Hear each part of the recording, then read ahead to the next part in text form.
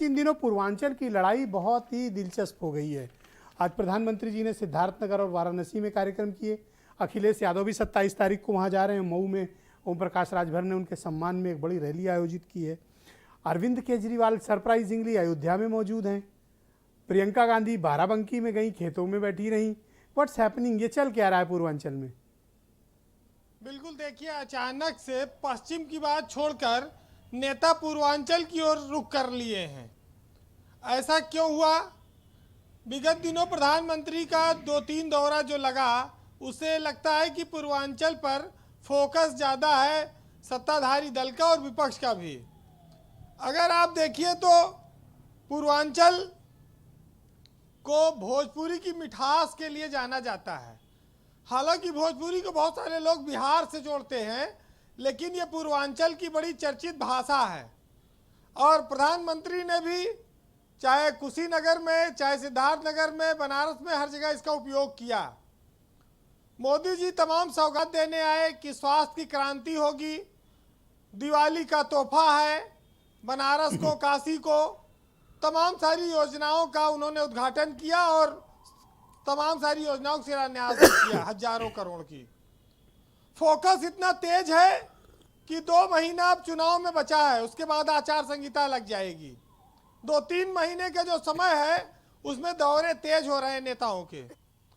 अच्छा, अगर आप पूर्वांचल की बात करते हैं तो पूर्वांचल इसलिए महत्वपूर्ण है कि धार्मिक रूप से अगर आप देखें तो अयोध्या है, काशी है, विंध्याचल है। और अगर नेताओं के रूप में देखें तो योगी हैं, मोदी हैं, अखिलेश हैं, ये सब पूर्वांचल से हैं। और कबीर, सूर, तुलसी, ये सब की तो जन्मस्थली, कर्मस्थली सब रही ही है। कितने सारे महात्मा, कितने बड़े बड़े नाम, उसके बावजूद कभी बीमारी से, कभी बाढ़ से, कभी इलाज के अभाव में बच्चे मरते हैं, कभी सड़कें नहीं मिलती, कभी बिजली 24 घंटे नहीं आती। ये सब मूलभूत सुविधाएं एक बड़ी समस्या बनी हुई है पूर्वांचल की। आप पूर्वांचल की एक और समस्या अगर देखें तो माफिया भी रहा है। कभी शाही रहे, कभी शुक्ला रहे, कभी अंसारी, कभी सिंह, तमाम साहब थे। बड़ा पुराना इतिहास है बाहुबलियों का, वो भी परिवर्तन होता जा रहा है, बदल रहा है। आपने एक चीज और देखी होगी कि इलाहाबाद से हल्दिया तक नदी में जहाज भी चलने वाला था, वो भी विकास की एक कड़ी है, चलेगा। पूर्वांचल में बहुत सारी संभावनाएं, बहुत सारी बातें हैं अच्छी अच्छी जी। बहुत बड़े बड़े साहित्यकार भी हुए यहाँ पर। लेकिन जो चुनौतियां हैं वो जस की तस है, उनसे निपटना होगा कि 24 घंटे पूर्वांचल को बिजली कब मिलेगी, बेरोजगारी कब कम होगी, सड़कें जो खराब हैं वो अच्छे फ्लाईओवर में और अच्छे हाईवे में, एक्सप्रेसवे में कब तब्दील होंगी। पूर्वांचल एक्सप्रेसवे बन रहा है, हो सकता है प्रधानमंत्री उसका जल्दी उद्घाटन भी करें, लेकिन उद्योगों का अभाव है। अगर आप खाद कारखाना गोरखपुर का छोड़ दें और आजमगढ़ की चीनी मिल, तो कुछ इस तरह के बड़े उद्योगों की जरूरत दिखती है कि जिसमें लाखों लोगों को नौकरी और रोजगार मिले। ऐसा अभी तक इंतजार है। कुछ DLW के पास प्रधानमंत्री ने शुरुआत की थी कुछ कार्यक्रम, कुछ कार्यशालाओं की जी, लेकिन उसके बाद भी मेडिकल कॉलेज खुल गए, सीटें बढ़ गई। स्वास्थ्य पर काम जरूरी है, अच्छा है, क्योंकि कोरोना को हम सब ने भोगा है।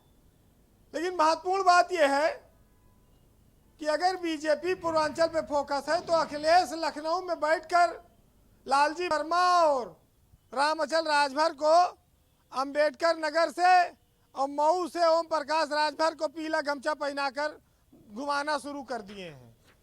27 को वो मऊ में रैली करने जा भी रहे हैं, आजमगढ़ से वो सांसद भी हैं जी। तो बीजेपी की सबसे बड़ी चुनौती अखिलेश यादव से ही मिल रही है। और इस बात को बीजेपी समझती है कि पहले किसान उधर एक बवाल मचाए थे पश्चिम में, अब इधर अखिलेश यादव ने मोर्चा खड़ा कर दिया है। इससे कैसे निपटा जाए तो देश के शीर्ष नेता प्रधानमंत्री लगातार उनके दौरे चल रहे हैं, माहौल बदलने की कोशिश भी हो रही है।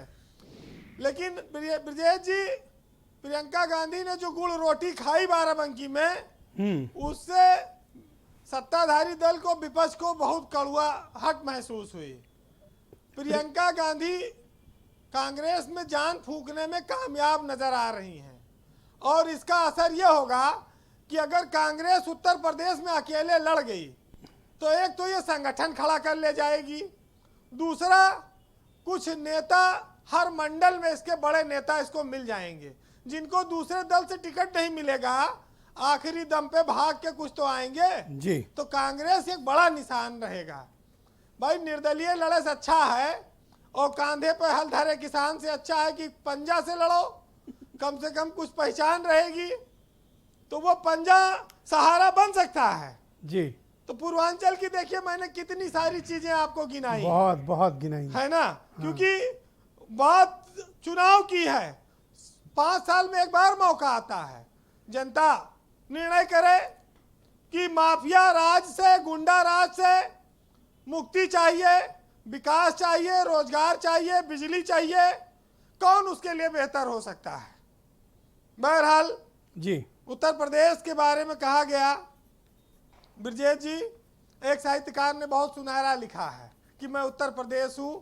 उसकी आगे की लाइन आपको सुनाता हूं कि किताबों से हो या महबूबा से इश्क देखना हो तो इलाहाबाद आइए, और रौनक देखनी हो घर पुराने बाजारों की तो कभी अमीनाबाद आइए, और आओ बनारस की सकरी गलियों में प्राचीनता मेरी दिख जाएगी, और लखनऊ की चौड़ी सड़कों पर नवीनता भी मेरी दिख जाएगी, और खुद में समेटे मैं हर परिवेश हूँ, हाँ मैं उत्तर प्रदेश हूँ। वाह वीरेन जी, वाह, बहुत शुक्रिया आपका, बहुत बहुत धन्यवाद अपने विचार प्रस्तुत